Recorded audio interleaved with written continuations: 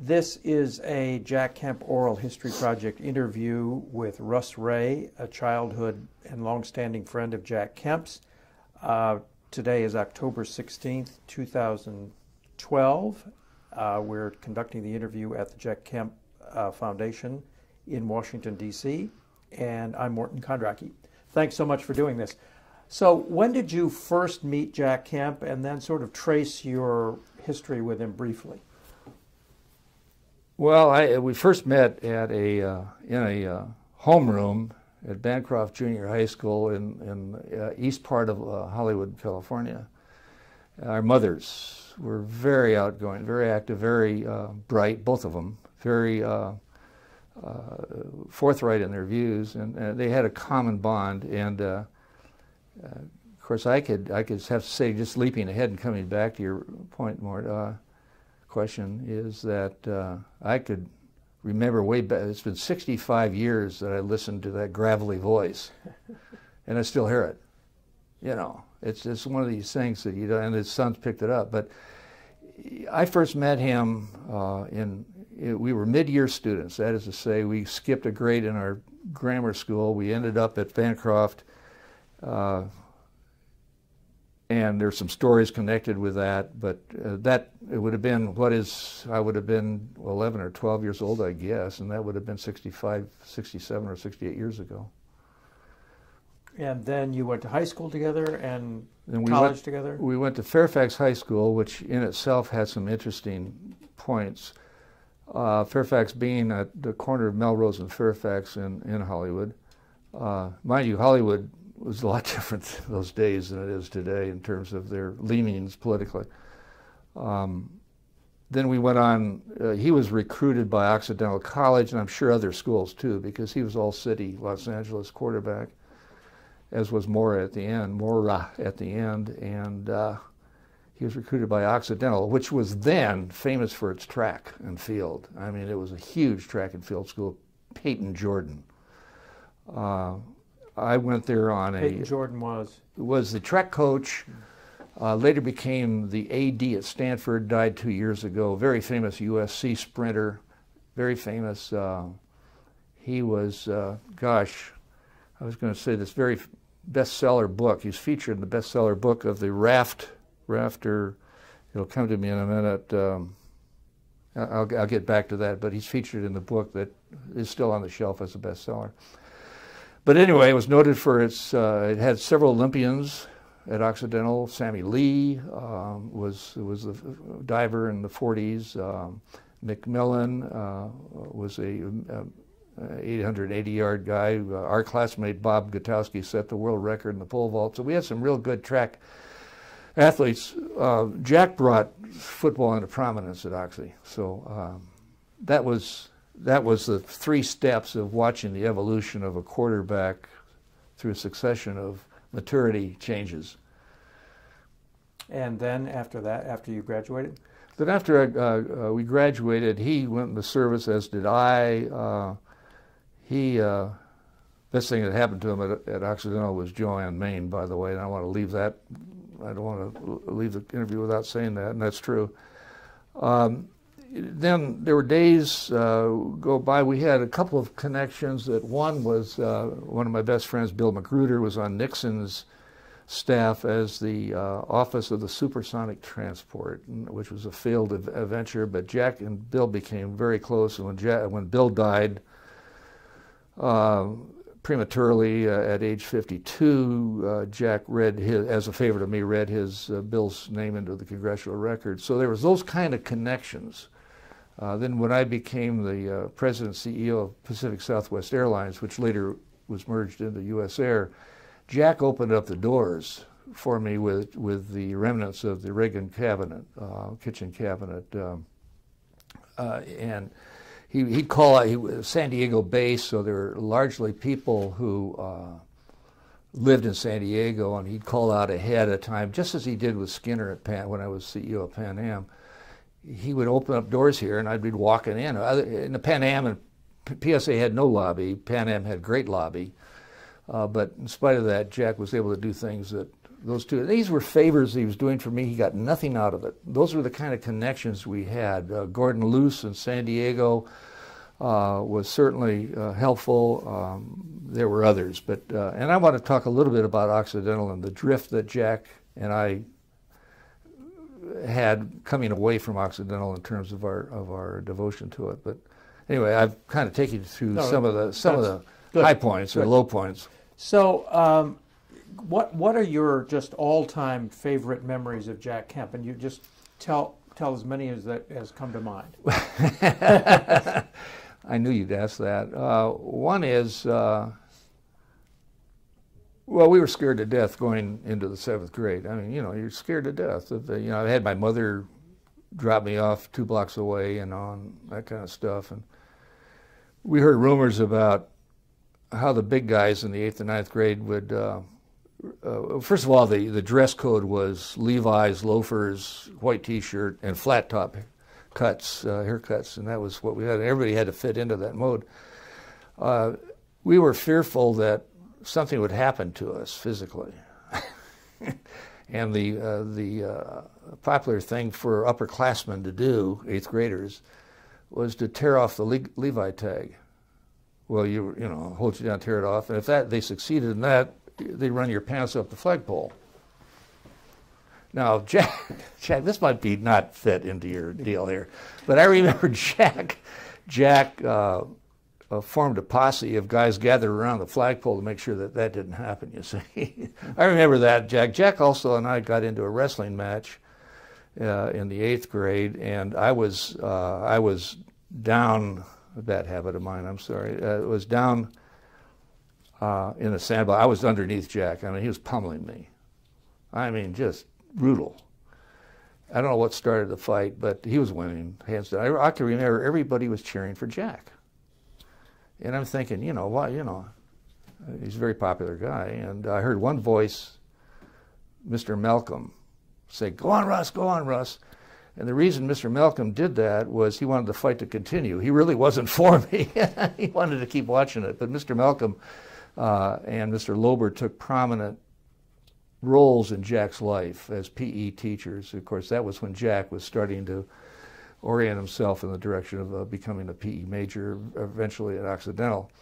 So those kind of stories. The other thing I remember about it, in Southern California, in summer breaks, we'd all go to the beach. And that was before people knew what SPF meant on creams that would protect yourself from the sun. And Jack was light-skinned, fair-skinned, and freckled. And I am pretty sure that was the genesis of his fate at the end. I still think that, because a lot of us who went through that, I'm included in that, although I don't have cancer, but I have treatments. I'm sure Jack, those were the seeds of what occurred. I'm sure sunburn year after year. Yeah, year. Sunburn and melanoma came, 65 years later. That may not be true, but I just have a suspicion it is. And there's a lot of anecdotal proof of that, or would-be proof. I remember Jack was always the center of attention. He was the quarterback then. He was physically more developed than the rest of us,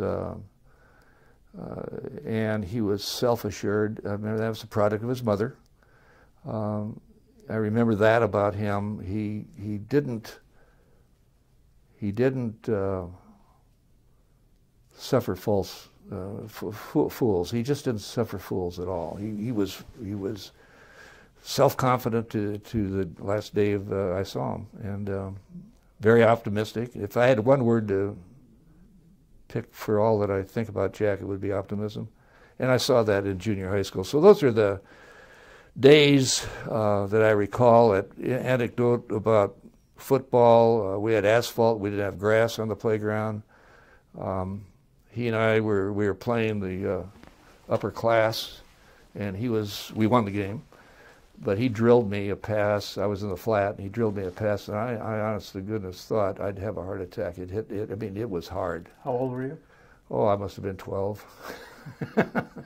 Yeah, I mean, Jack was a developing quarterback. I mean, I can't imagine him playing with Lincoln Logs on the floor of his house. I mean, I just can't imagine that, ever. I mean, he was not into that kind of childhood thing, huh? Anyway, those are a couple of things. I remember something about him, too, that was important, Morton, in his later years. Fairfax High School was 95% Jewish.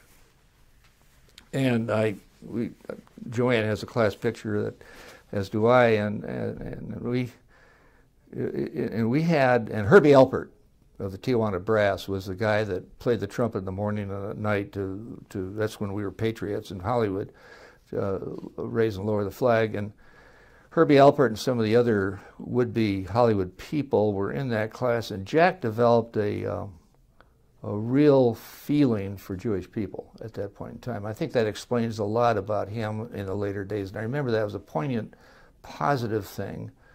And it later led to his views in the fraternity house at Alpha Tau Omega ATO. We were the first, I'm sure we were one of the first to admit a Jew, Ronnie Botchin, and a Mexican, Manuel Murrieta, to the fraternity. And I recall that we had to get approval from the chapter leaders and all that stuff. So I'm not sure I'm answering your story very well, but I will say I'm kind of free falling here. That's good. I remember that he truly was a broad thinker in that area. The other thing I remember about Jack, and I was a couple of times guests at their family, with their family. And I loved Tom Kemp. I didn't know Dick as well, but I knew Paul a little bit. But I really became close to Tom as joint members of Pepperdine's board, and also other things. And we went to Russia together on a couple of occasions. But I'm drifting again. I apologize. But Jack was a supreme practicer of polemics. He was able to throw a grenade into a crowd and a grenade-labeled argument and start one. You know, and I mean, you take a position all the way back to junior high and high school. Yeah, I mean, absolutely. Like what? Oh, he'd take a position politically, opposite of what he believed. Now, he was not into politics heavily at that point in time. It might have been a football issue.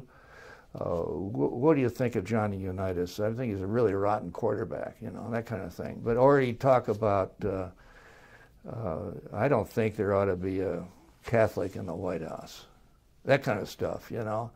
And then an argument would start. But that all kind of went back to the famous kitchen table, if you were, because it really, I saw that happen. And Mom would start that stuff. His mother. His mother. Right. Okay, so describe the neighborhood. I mean, this is Wilshire, is that right? Is that what the neighborhood's called? Well, we were really the east part of Hollywood, right on the border at Western Avenue and Santa Monica Boulevard. And then we shifted a little bit west when we went to Fairfax. I mean, Tom was an idol of Jack's, and Tom was the quarterback at Fairfax High School before Jack. And we go over the high school games, but this was the Jewish people who had polarized around Boyle Heights, having come from New York in the 30s and 40s, then polarized around the Fairfax district. And that's how it kind of explains the population of Fairfax. And so that was at the corners of Melrose and Fairfax Avenue. Some of the best pastrami sandwiches I've ever had. And so, is this middle-class housing or? No, you asked your question. I'm sorry. Hollywood. It was strictly middle class. I mean, it was one-unit places. Although I lived in a duplex at the time, it was all modest homes. Mr. Kemp, as you found out, ran an enterprise with a trucking business, and I think Jack learned a lot of economics from Mr. Kemp. Jack was labeled as a jock, as you know, and I think that he kind of matured as I didn't see it in high school, but I sure saw it at Occidental. I mean, a big deal carrying around the U.S. News and World Report. That was a big thing, you know. We didn't know what that was, but Jack was carrying it around but he was a major in kinesiology and PE and all that kind of stuff. I'm rambling for you, but that's the nature That's of... okay.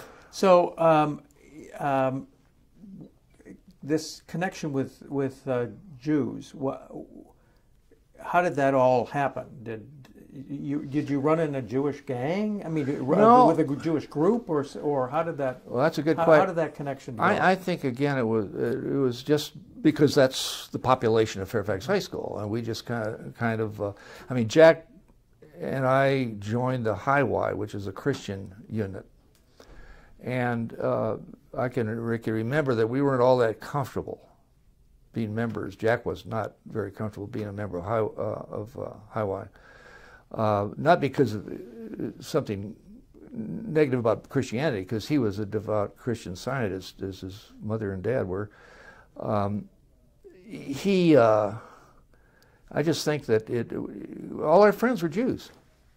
I mean, that's the way we were brought up on chicken soup. I mean, that's the way it was, and we had kept friends throughout the years. So I don't think it was a sudden happening. You guys were included even though you were Gentiles. Oh yes, yeah. Oh yeah.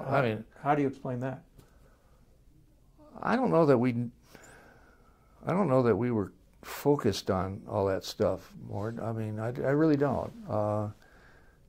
Our parents were Republicans, and we tended to be conservative in our thinking, but my dad was a little bit more conservative than my mom and his folks. I just don't think we talk about anti-Semitic things or even thought that way. I just don't think so. Football brought people together. Basketball, where I played basketball in high school, I remember I used to kid the guys because the Jewish guys wouldn't pass the ball to me, that kind of thing. But it was all fun, So what did Jack look like when he was in junior high? Same as he did, gained weight, but same as he did through his adulthood. I mean, he was, although he was careful about his hair, he was flat top.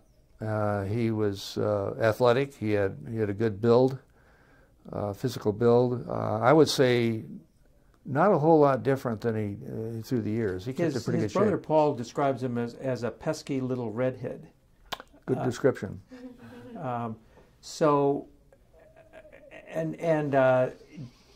When did he start this bodybuilding thing? He was into weightlifting in junior high school. I mean, I remember that there was another kid named Bob Sutton who was very, very developed, biceps and triceps and pecs and all these other things, and Jack would try to compete with him on tone. Which is pretty unusual, isn't it? I mean, yeah, bodybuilding and I think so, but I think he had maybe not in California. Well, no, we had Muscle Beach, right? Yeah, but he was into that. I mean, he liked the center of attention, which quarterbacks have, and I think being in the center of attention and the fact that we wore white T-shirts kind of brought home the need to look fit. Was there a football team in junior high? No, these were class teams that we played on asphalt, so there was no tackling done. And as I get it, his whole family life was built around sports. I don't know that Paul was into sports. Dick might have been. I knew Dick the least, although I knew he was a hero in Vietnam and post-Vietnam. Yes, Tom clearly was a stellar athlete. I mean, baseball at USC, went on to play in the minors in baseball. He was a quarterback at football. He was, in my view, Jack's idol. Various biographies say that his family life was sports all the time, every day, all the time. I didn't get that. I didn't get that. Tom, yes. Uh-huh. Dick might have been, but I qualify myself as not knowing that much about Dick. Paul, I don't think Paul was into sports. Yeah, he had asthma actually. So you go to Fairfax High School. What kind of a student was Jack? I'd say average. So I recall he was average. I recall he and I had he had a favorite. He had a favorite teacher that Mrs. Eisenberg, who taught algebra, and she was painted as a communist later on after we graduated. He's now either with the Bills or he's in the House. And he called me one time and he said, let's write her a letter. So we both wrote Mrs. Eisenberg a letter, which showed the kind of heart that he had, because he knew her as a teacher of algebra, not as a suspect communist. I don't recall how that ended up with her, but he... So at what stage was she accused of being a communist? That was usually the 50s. We're in the 50s. We're in the 50s now. We're not Fairfax High School. So you graduated from high school in 53, right? He did. 53, we both did. Yeah. So when did she get in trouble as a communist? After we'd graduated. Well, I mean, she may have been practicing or accused of practicing that prior to... I just wondered when the letter got written. Were you in college? No, we were, that was we wrote the letters in the 70s.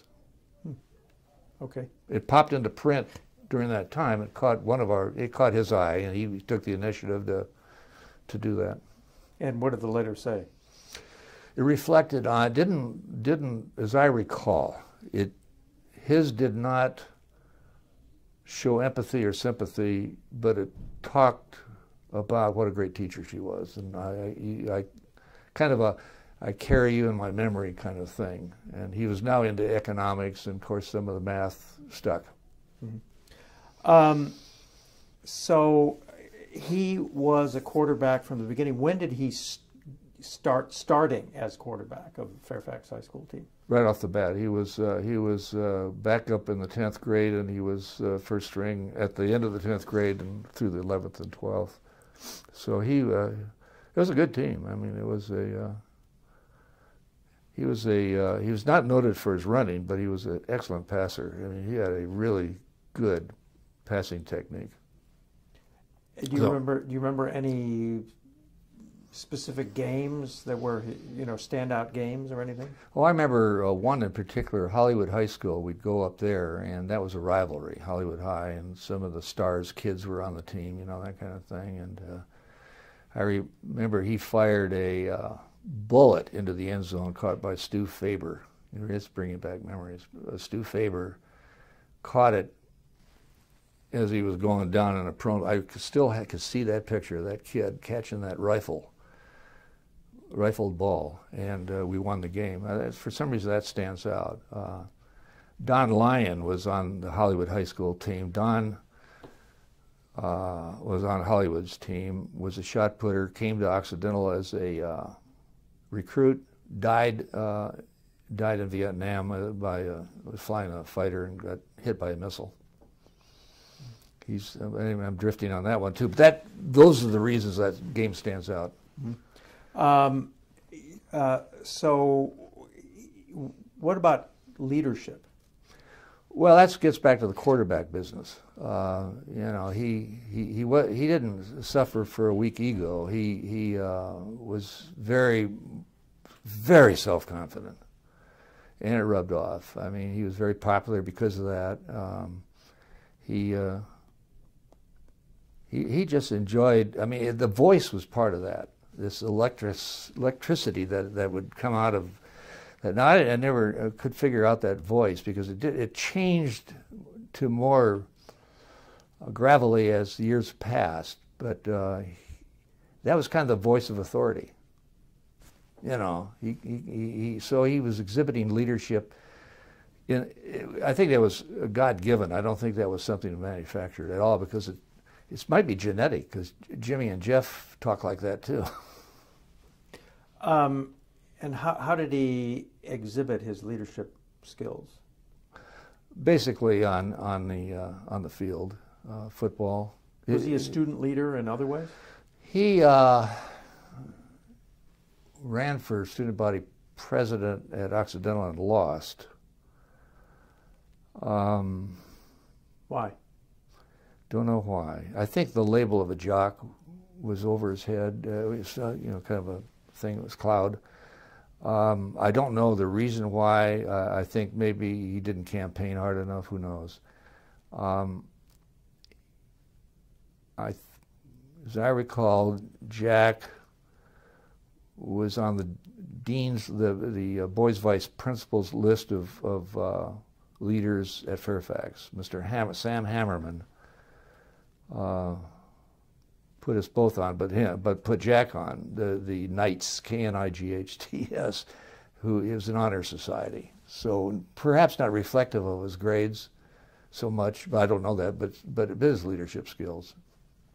So what was the Fairfax High School teams called? Colonials. Okay. And did the kids all go to games? I mean, was it? Yes, it was a popular sport. Yeah. Were there playoffs for city championships and stuff like that? I don't remember. I mean, I don't recall that there were. It was a city. No, I don't recall, Mort. What was the record like of the teams when he was quarterback? I don't remember that either, but it was a winning record. You know. And how many years was he all city? Well, at least one.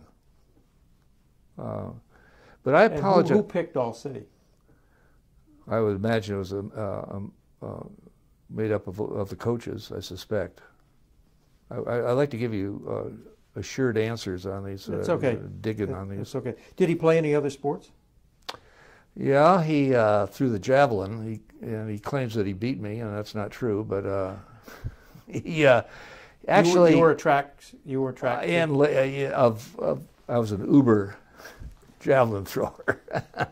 I remember we competed with the likes of USC, a little school, 1,400 kids competing against USC and Stanford. Jack did outthrow me. He got well above 200 feet, and I barely made it to 200 feet. Those are the days when the javelin was a different javelin. Today they're 300 feet. Jack did. I don't think Jack played baseball, and I think javelin was his only track and field sport, as I recall. Jack, I think, was probably the best athlete. One of the second. He may have been the second best athlete at Occidental. The best athlete was Bob Gutowski. I mean, here's a guy that did everything: volleyball, basketball, surfing. And then he goes up to Stanford on the very field that Cornelius Warmerdam broke the pole vault record in the 40s. It was the longest standing track and field record of any, and Bob goes up and clears 16 feet, which is a big deal. Today it's 20. Was there ever an occasion when Jack sort of led by defying conventional wisdom in the school or resisted the crowd? He did afterwards, but on one occasion that pops out, but I don't recall that there was an incident that comes to mind, Mort. I recall later on that he and I there was some disagreement over something that he favored, politically, but that was not his goal. Okay. What about? So his grades were average, you think? As I recall, they were average. So when did he start reading U.S. News and World Report? And that was big stuff too, by the way. I mean, that was huge. Occidental, Oxy. And how did he get into that? I think we had a course that was mandatory. There was an outstanding mandatory course, took 2 years, 24 units, called History of Civilization. And there was a content of economics in there, monetary things, international monetary, the meaning of the dollar, that kind of stuff. Religion, a lot of history and stuff. So there was a content there that I think that he grabbed onto. There was a professor named DeReike, who I couldn't spell that if I had to, but he was fascinated with DeReike, who was an economics professor. Now, mind you, Jack, the heaviest load he was carrying at the time was kinesiology. That was, the study of the muscles and all that, skeletal muscular system. And he and Botchin especially, go around campus and try to memorize the parts of the body. He'd say, "Oh, you just hurt my gluteus maximus," that kind of stuff. That kind of stuff, crazy things. But he, boy, am I drifting on you, Mort. I am so sorry. Was Jack a practical joker? He had a broken leg sense of humor. In what way? Well, a practical joker. Trying to think of an incident or two what caused him to laugh, but he would short sheet people in the fraternity house, that kind of stuff, and I don't recall he ever told a joke, and I don't recall he ever cussed. I mean, there were some words that weren't no God content to it, but but broken. The one thing that comes to my mind, it didn't happen to him. It happened to one of his fraternity brothers. We were being rushed, was that kind of thing. And ATOs we wanted to get in the ATOs. It was the jock house, and somebody next to the president of the house at the time put a match down in the shoe, kind of thing, and lit the match, and that kind of, he thought that was pretty keen, But that is that as bad as hazing ever got at Occidental? We didn't haze a lot. It got, by the way, 25 years later, the ATO house was thrown off campus and disbarred because they killed a kid. They killed a kid, it was not worded properly. A kid died during hazing. So how did Jack take losing? Not well. Talk about that. Well, the guy's a competitive guy, and I don't recall that he ever got on his fellow players, but I can't recall an incident, Mort, that would signify that, but I recall when we were up against LA High School, which was our other main rivalry in Fairfax, he and the coach got into it a little bit about a couple of play calling, and we lost to LA High School. But I don't recall anything that's profound. Mm-hmm. You said that he didn't suffer fools lightly. What did you mean by that? Well, he'd find if he felt a person had a weak argument on an issue of any kind, political or otherwise, he'd go on the attack mode. Then he was off the being the polemicist that he was. He's now taken a side that he believes in, and if he felt that the opponent was weak in theory or practice, he would just rip into the person. He was combative, short of being mean, but he could get combative and to hold his view. That's what I meant by didn't suffer fools. But he didn't put the person down personally. Oh no, he didn't. He didn't, and he had a quick way of making up if he felt so. He was a sensitive guy. Mm-hmm. Why did he? Was he involved in any other activities besides sports and in high school or college? Gee, well, Highway is what I mentioned in the sports club. Fraternity, he was involved with a fraternity. He was not in the arts and music at all. I was going to say he was active in the Republican Club. I need that validated, whether or not he was. I think he was. Did he have a lot of girlfriends? Yeah, until he found Joanne. So all during high school and... Oh, well, we all dated, Yeah. I mean, we didn't have cars back in those days. High school kids didn't have cars. And, we didn't want our mother to drive us on a date. But Jack, he's an attractive guy, and girls like Jack. He took pride in the fact, I don't know, it was later it was not validated, but he took pride in the fact that he dated Hannah Nussbaum. Hannah was the daughter of the biggest synagogue in Hollywood, Rabbi Nussbaum, and he thought that was, he liked the tone of that. I think years later Hannah denied it, but I'm not sure.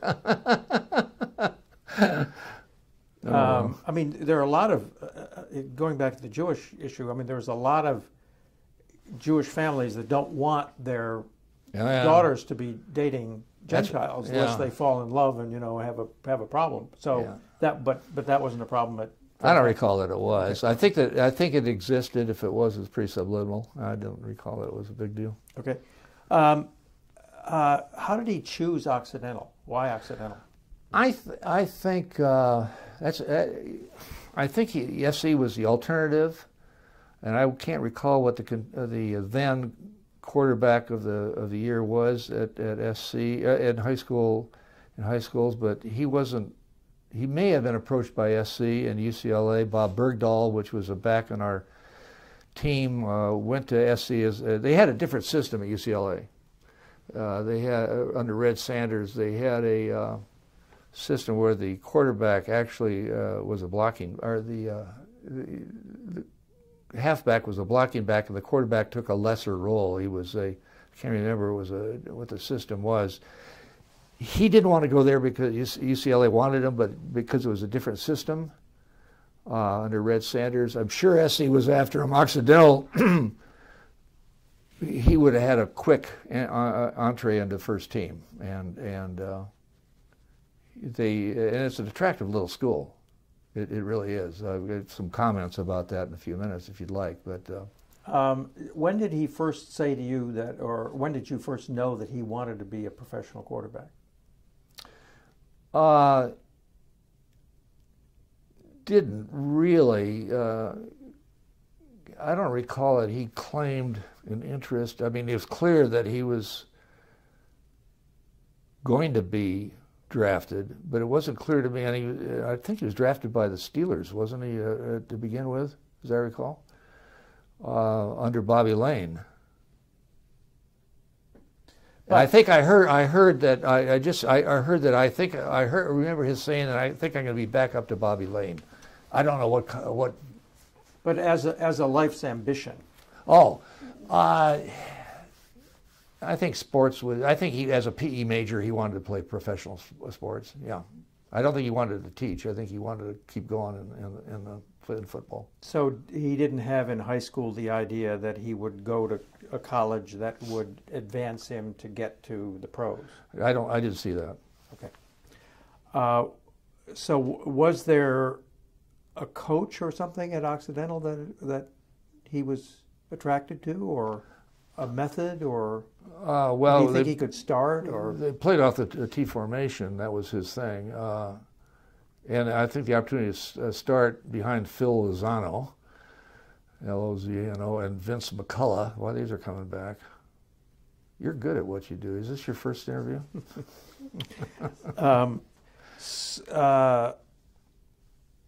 So what do you remember any specific fraternity stories besides the? Some I won't tell. Well, he was my campaign manager when no, I don't want to talk about me. I remember because he was, back to your question about not wanting to lose.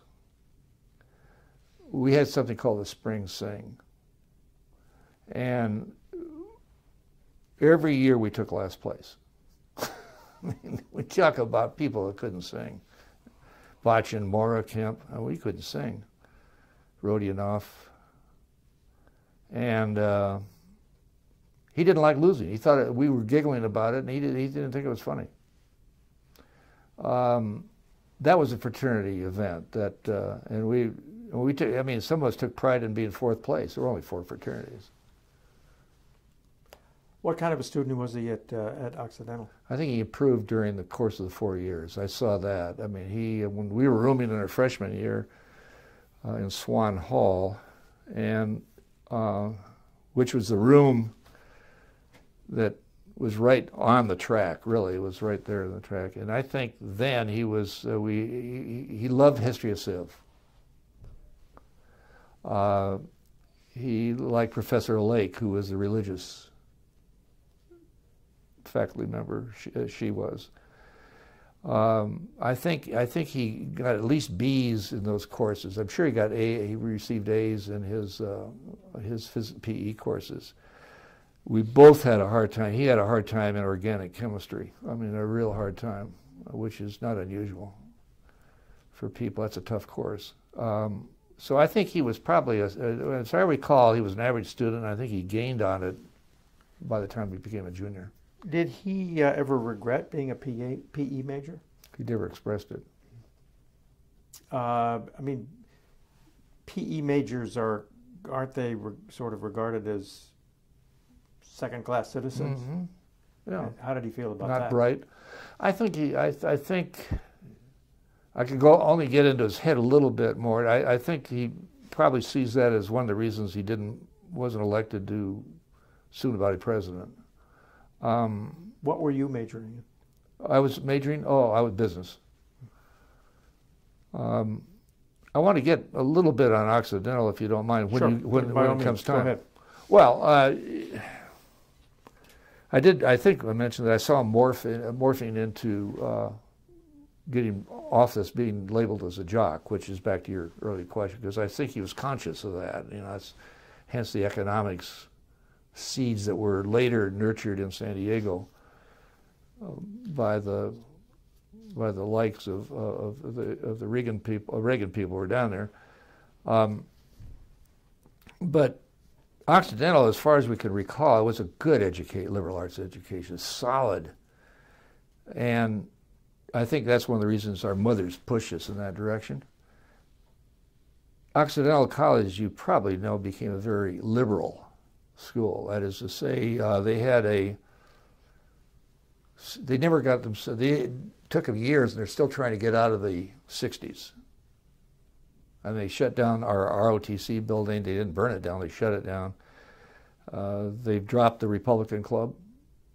They had speakers like Tom Hayden, Angela Davis, Harry Belafonte, and I recall vividly being on campus during the Dole-Kemp race, where there was nary a sign for Jack.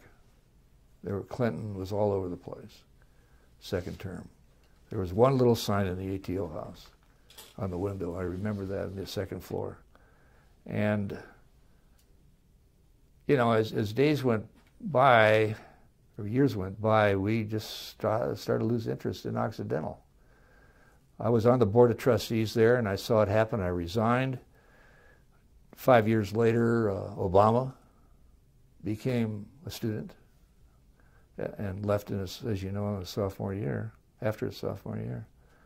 But that was a kind of environment Oxy was. It was a very, very liberal school. It became but not when you were there. I don't know. I think not. I don't recall being pointed in any specific direction. But you two were Republicans. Oh, yes, yeah. And what made you Republicans then, when you were kids?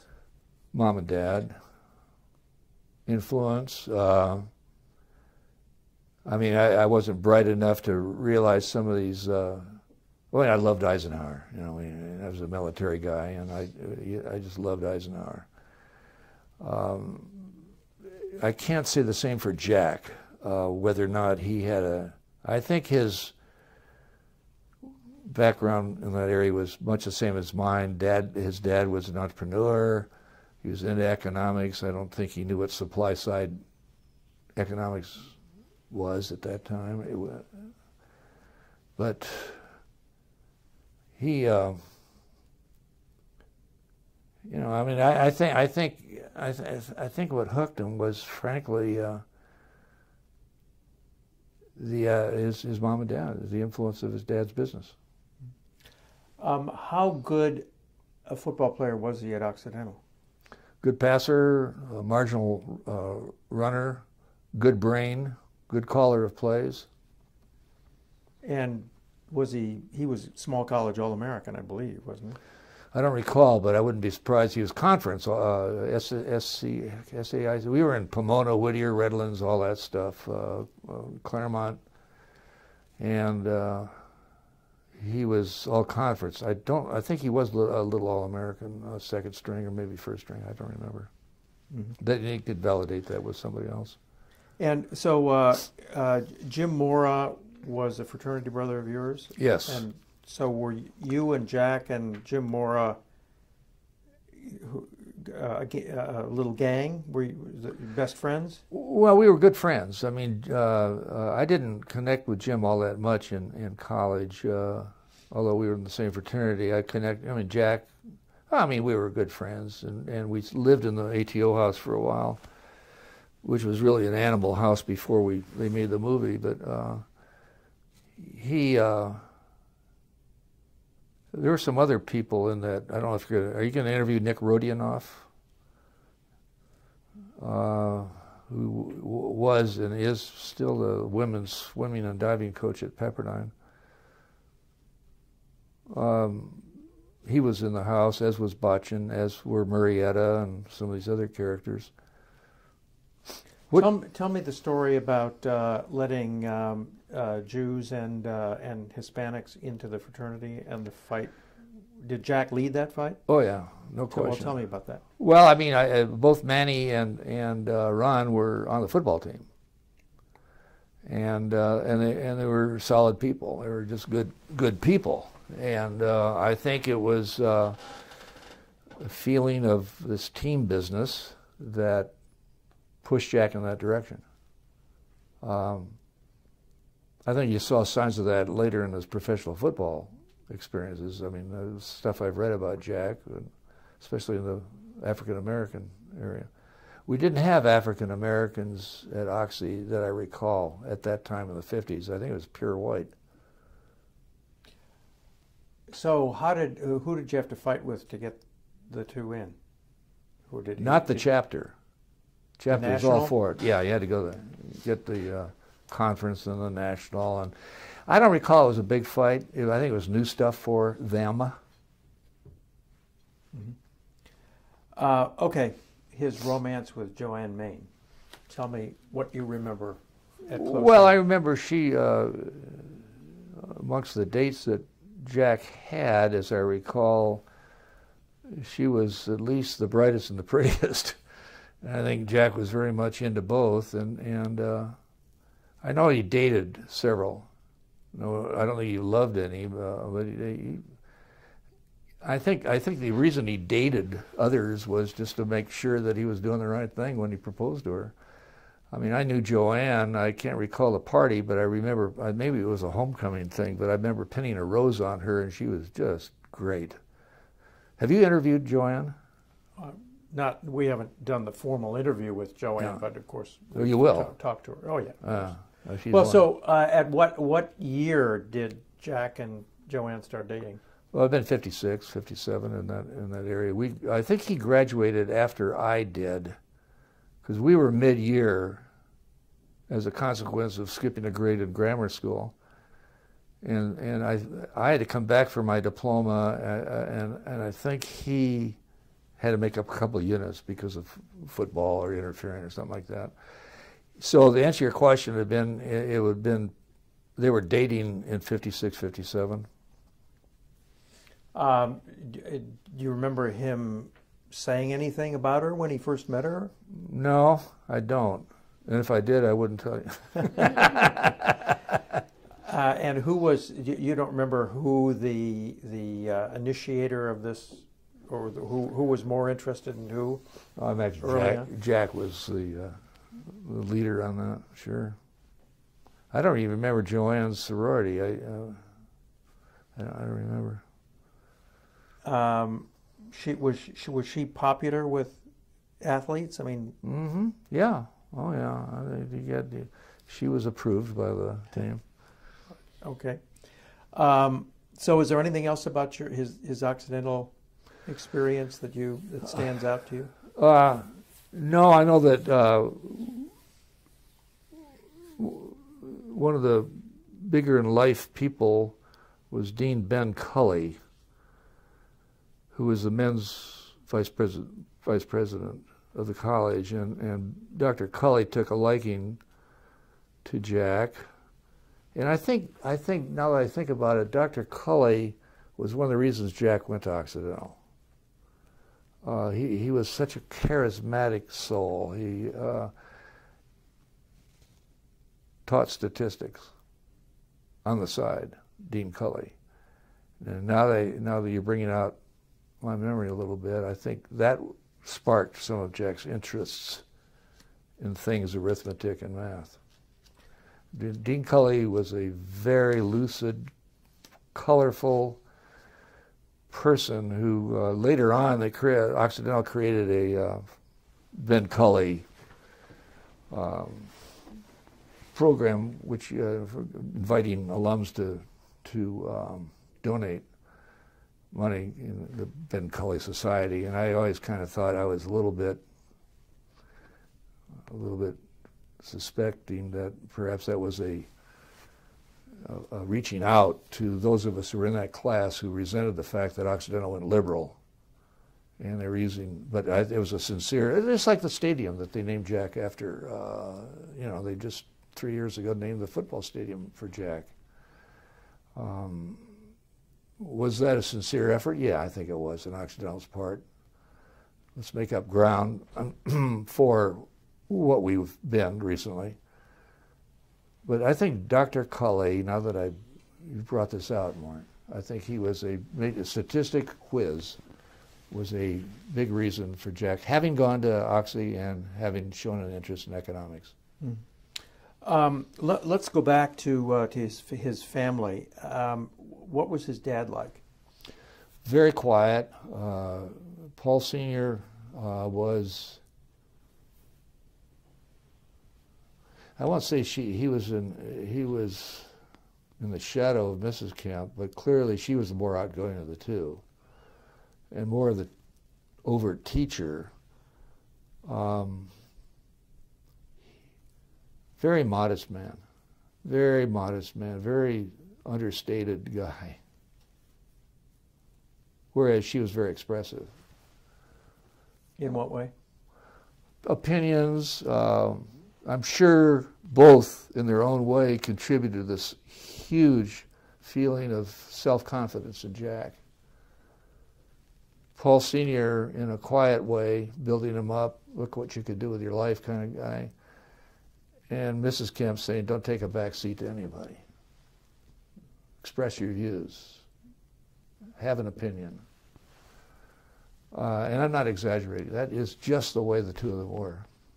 He very understated, she very open. Did you spend a lot of time at their house? No. I spent some time there, maybe 3 or 4 meals. I remember we played out in the street football on the street in front of their house. I can't remember the name of the street. It's in the Lancashire area. And I want to say Paramount Studios was not too far away. And were you there for any of these dinner table discussions? One that I could remember, and I don't recall the subject, but it was another one of these hand grenades that somebody threw out on the table and started a debate. They were very good at that. I mean, and Jack was he was skilled at that. He was a supreme debater.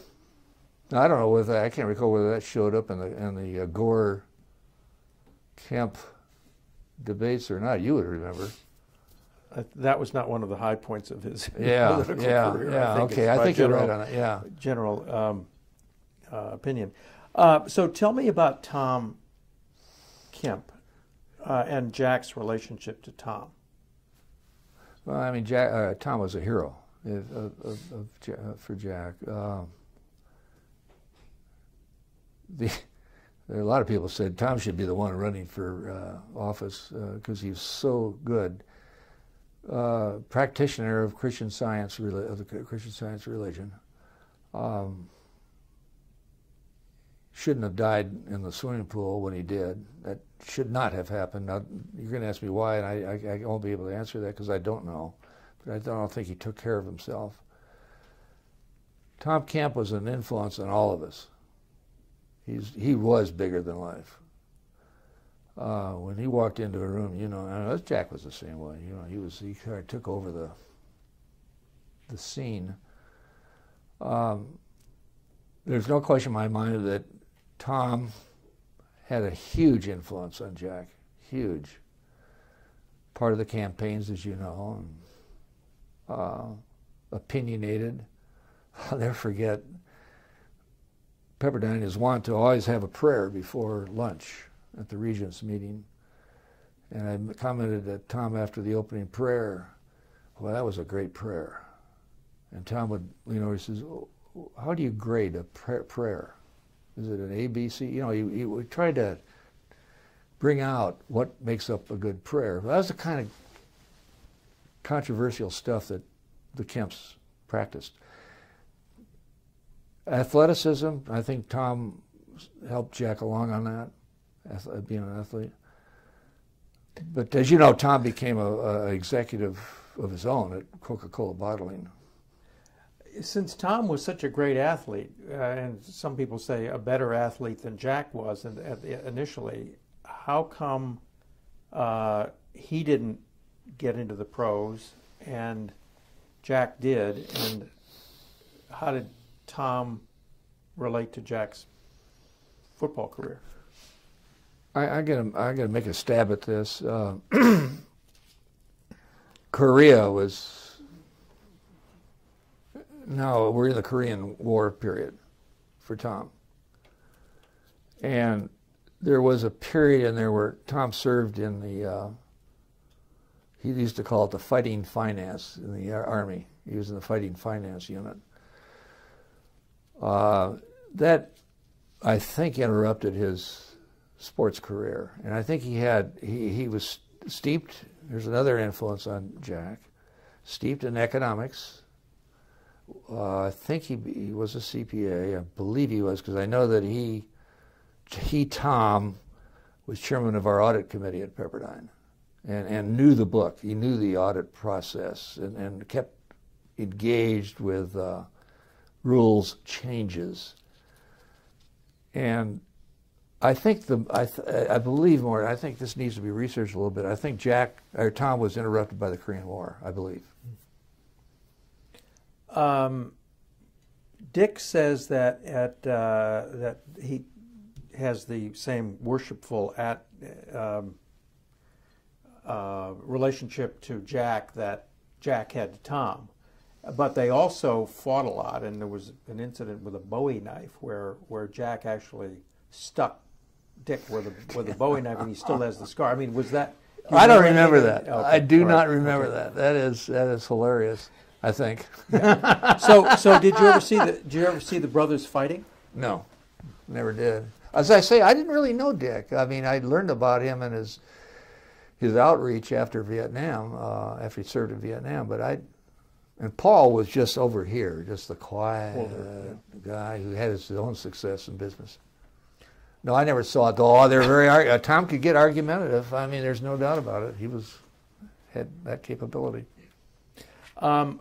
Christian Science. What do you know about the influence of Christian Science on Jack?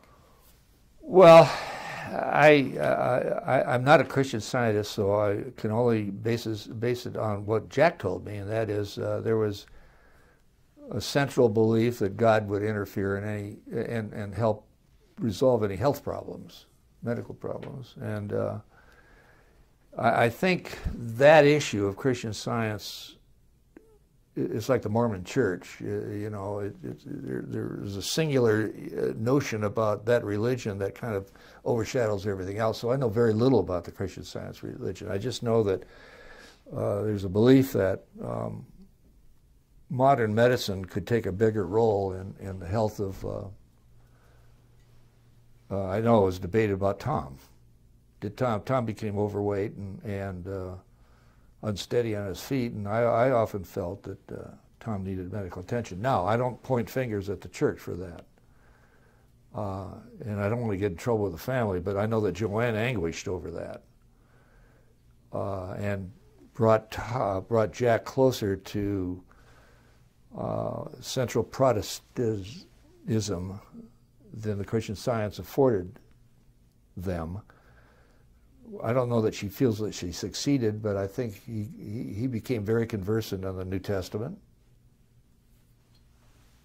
Did he become a was she a born again Christian at the time that you? I think she.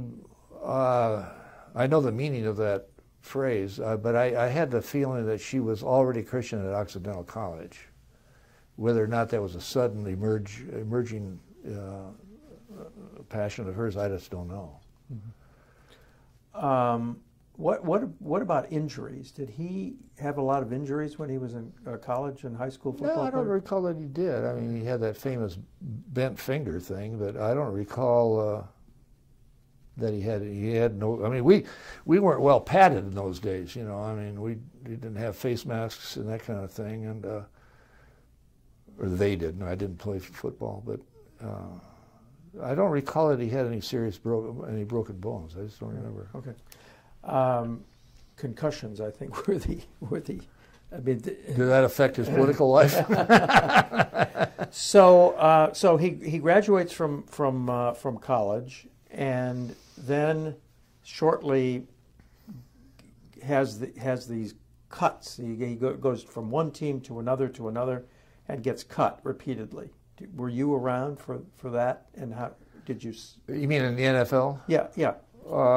No, just through the newspapers. I was now flying in the Air Force. I was too involved with the military and to really pay attention. I just remember that episode about being an understudy for Bobby Lane, and that was a big deal. About being cut, I don't remember much. Hilton, if we get Barron set up with you, he'll be able to reflect on that question. So how did Jack land with the Chargers?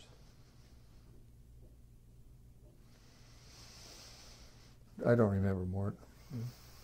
Okay. I don't remember. So did you follow his football career? Oh, when he became the Buffalo Bills, I did. Right. And I. Where were you living then? I was in Miami with Eastern Airlines, and he was in Buffalo at the time, and I didn't go to any of his pro games. I'd watch him on television, but. And how much did you communicate with him during those? Not at all during that period. Mm-hmm. Not at all. So when did you connect up again? House of Representatives. And I recall we'd sit up in you guys know what in the peanut gallery, and he'd take me there. It was the only time I'd been in the chambers, and he and I sat up there and talked about old friends. How often would you come to Washington? One and only. Yeah, I mean, to meet him, but I would come to Washington a lot because we were still regulated as an airline industry, and we'd be with then CAB and that kind of stuff, FAA. So when did your connections resume? Well, the Easter services in Key Biscayne, a couple of those. How did that happen? I think just we were on the phone with each other. The Magruder episode, the Nixon staffer that. Jeb Magruder? Bill. Oh, Bill. No connection with Jeb. Bill was a outstanding aviator, engineer, and headed up the SST program with me at He did at Lockheed. And Nixon recruited him, and Jack and he became very fast friends before Bill's death. So we were involved at that period of time. Now he would have been in the House at that period of time, I think, in the Nixon years. Am I off on that? Yes. No, he was elected to the Congress in 1970. Out of Buffalo, right. Buffalo district. Right. Well, that was our first kind of connection. Then some Easter service ceremonies. And the one visit to the House chambers, and which all that produced was just some memories of the good old days. And then we converse a lot about the situations at Occidental College. And did you had phone calls frequently, or yes, yeah. How often? Oh golly, Well, in the later years, we'd be on the phone a couple of times a month, I suppose. I live over Great Falls, and they live across the river, and they do, or she does.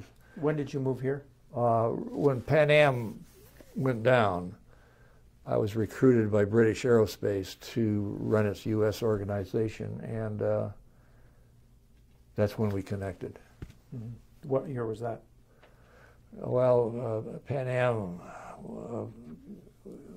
failed to emerge from bankruptcy in December of 91. So he was at that stage at HUD. He was a cabinet officer in 91. I believe he was. Yeah, you would know. I mean, you're steeped in that. Right. I'm just trying to. No, I mean. So then, after you moved here, how often would you see him? Oh gosh, we got together 3 or 4 times a year, I suppose. He always had time for old friends. He really did. He didn't get anything out of me politically. I mean, just that. You participated in none of his campaigns? I worked for him at Empower America for a summer or two. Doing what? Oh, just licking stamps and doing the things that friends do. I did take some trips with him, a little bit more than that, I think, just fundraising.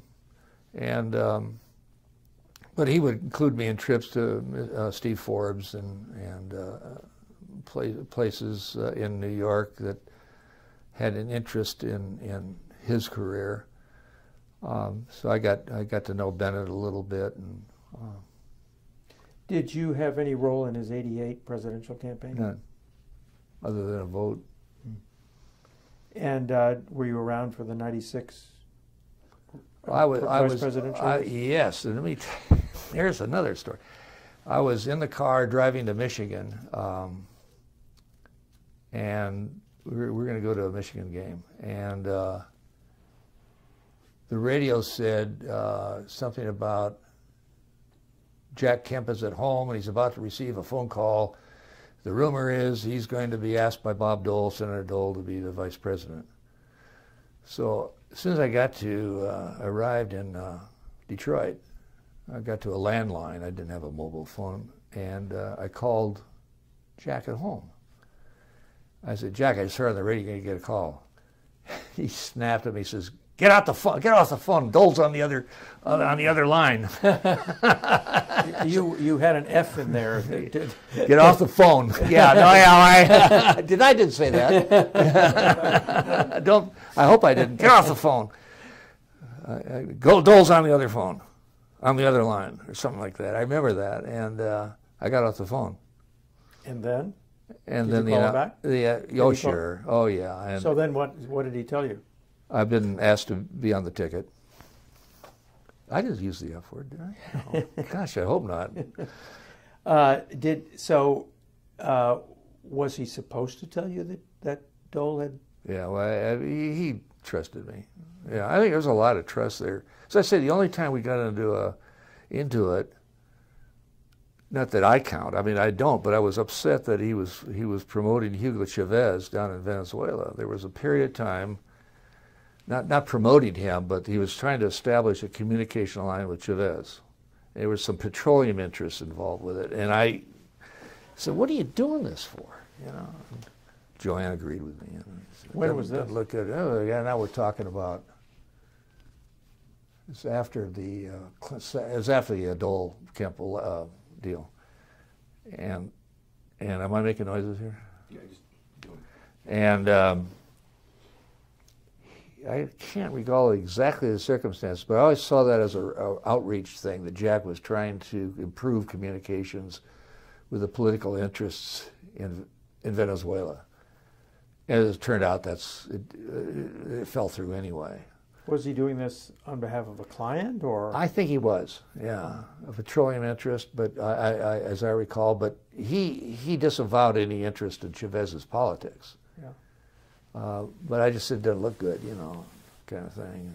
Who was I to? You said that he opened some doors for you when you were in the airline business. Well, especially at Pan Am, because we were a sinking ship, and of course, I could argue all day long about the importance of Pan Am as a name in the world. And I was charged to try to keep it afloat, and Jack knew that, and Jack called and said, "How can I help open doors for you?" And I said, "Well, I'm trying to get I said, I have a date with Skinner, but he's put me off for a week. and I'm in a hurry. So he called Skinner, and that afternoon I think I flew down on the shuttle and met with Skinner. And then there were a couple of senators that were key on the committees that were germane to, had aviation interests, and pled our case. Now, mind you, aviation industry at that point was deregulated, so there wasn't a whole lot of political interference, if you will. But he was adept at just, he got nothing out of it. He just said, here, old friend, let me pick up the phone, come on down here, and we'll get it done. So you saw him after. When did you find out that he was sick? How did you find out that he was sick? I think Jennifer told us. Jennifer called. She was, I remember this too. Jennifer was, she was very upset. I was on the phone. She was on the phone in her car on the Beltway going home to their place in here in Virginia and Middleburg. And Jennifer was on the verge of tears. She said, Dad is not doing well, kind of thing. I said, well, come on by. She said, no, I got to go home. That caused that lunch to occur that I showed you that picture of Mora and Botchin and Jack. I would say, I'd say several months he's being treated for whatever they treat melanoma today, but I miss the guy. He was a great friend. After Jennifer called you, did you talk to him? Oh, sure. Yeah, I went over there a couple of times, and we talked about Pepperdine. We talked a lot about money to sustain the life of the institute at Pepperdine. We didn't talk about the Library of Congress. That came afterwards, as far as I know. He was quite ill. He puffed up as what these things do to you. He was irritable. He didn't want to be reminded of his disease. I remember he kind of barked a little bit and probed about the severity of it. But I'm glad he went fast when he did. I mean, he went fast. Yeah. So what do you think were his outstanding character traits? Optimism.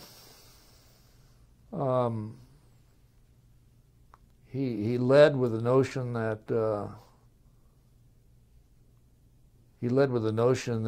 things can get done. I mean, he really was the power of positive thinking kind of guy.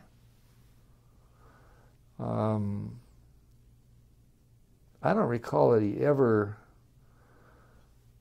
I mean, he didn't like to lose, back to your earlier question. I mean, he just couldn't stand the idea. But I'd say if I had to pick one word, it'd be optimism. Do you think that he had any particular weaknesses? I mean, impatience is one of them. Impatience is one. How did that manifest itself? In discussions, if going back to the not suffering fools, I think if you felt somebody had a weaker position on any issue, that he would swallow them up. Did you ever drive with him? He was a fast driver. Tell me about that. He was a fast driver. Was he a reckless driver? I don't think so. I don't recall that I don't recall that he scared me at all. But yeah, he was pretty fast. It was part of this patience business, you know. Somebody told us that he was vain. Oh, he was. Tell me about that. Well, I always wanted to mess up his hair. What do you mean? Well, I mean, he was very conscious of his appearance. He was a sharp dresser. He was very much careful about his appearance. But back to his hair. I mean, that was a territory. It's pretty hard to do anything with a flat top. Well, this was a later. Oh, yeah, you're right. No, these are later years. Yeah. later years. Some people say that even though he was a politician and he got along with people, that there was always a certain distance between him and other people, that it was either a function of being a quarterback and having to maintain leadership distance or something, but that it was hard to be intimate with him.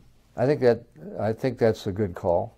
I think, though, he was selective in his friends. I think that there were some that he brought in close, and many who he wouldn't have a confidential talk with. Yeah, I think that's a fair input. He could be distant. So, did you have confidential talks with him? Oh yeah, I think so.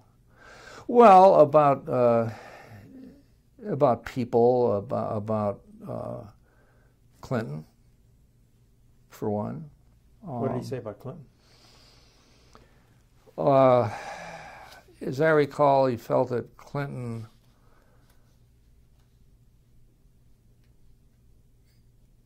down deep could have been a Republican, but he felt that he was answering. Well, I'm trying to remember some of the critical things he had. Well, it had nothing to do with that sex thing.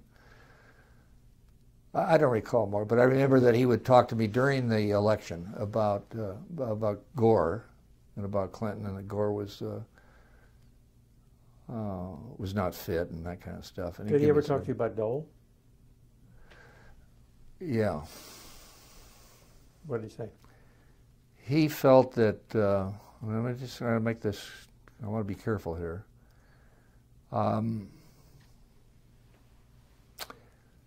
I think he felt that Dole was not the ideal partner, and Jack felt that Dole felt that way about him. This is when they were running together. Right. And what did he say? Do you remember anything in particular? No, I don't. Because they'd had a lot of history, you know. Dole was not a supply sider. No, he was not. List, yeah, and Jack was a devout supply sider. I think it was on the policy issues that I recall more. Okay, so is there anything else that I haven't asked you about that Well, I think you really done a very thorough job. Let me see on my notes here.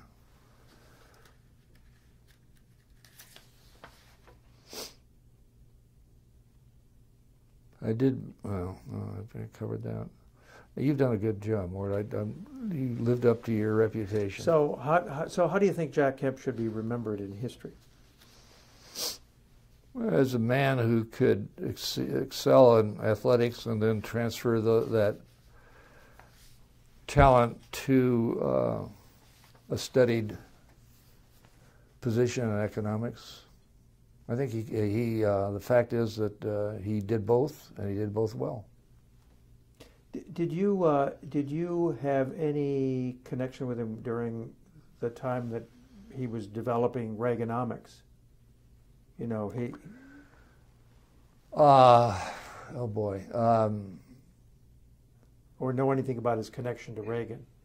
Well, only because of Herb Klein and Gordon Luce and the men who surrounded me when I went out to San Diego for PSA. I mean, I knew of the connection then. Did I know it in a deep sense? No. Okay. Thanks so much for doing this. Really. Well, thank you for your time. Okay, it's an honor to be with you two guys. Good fun.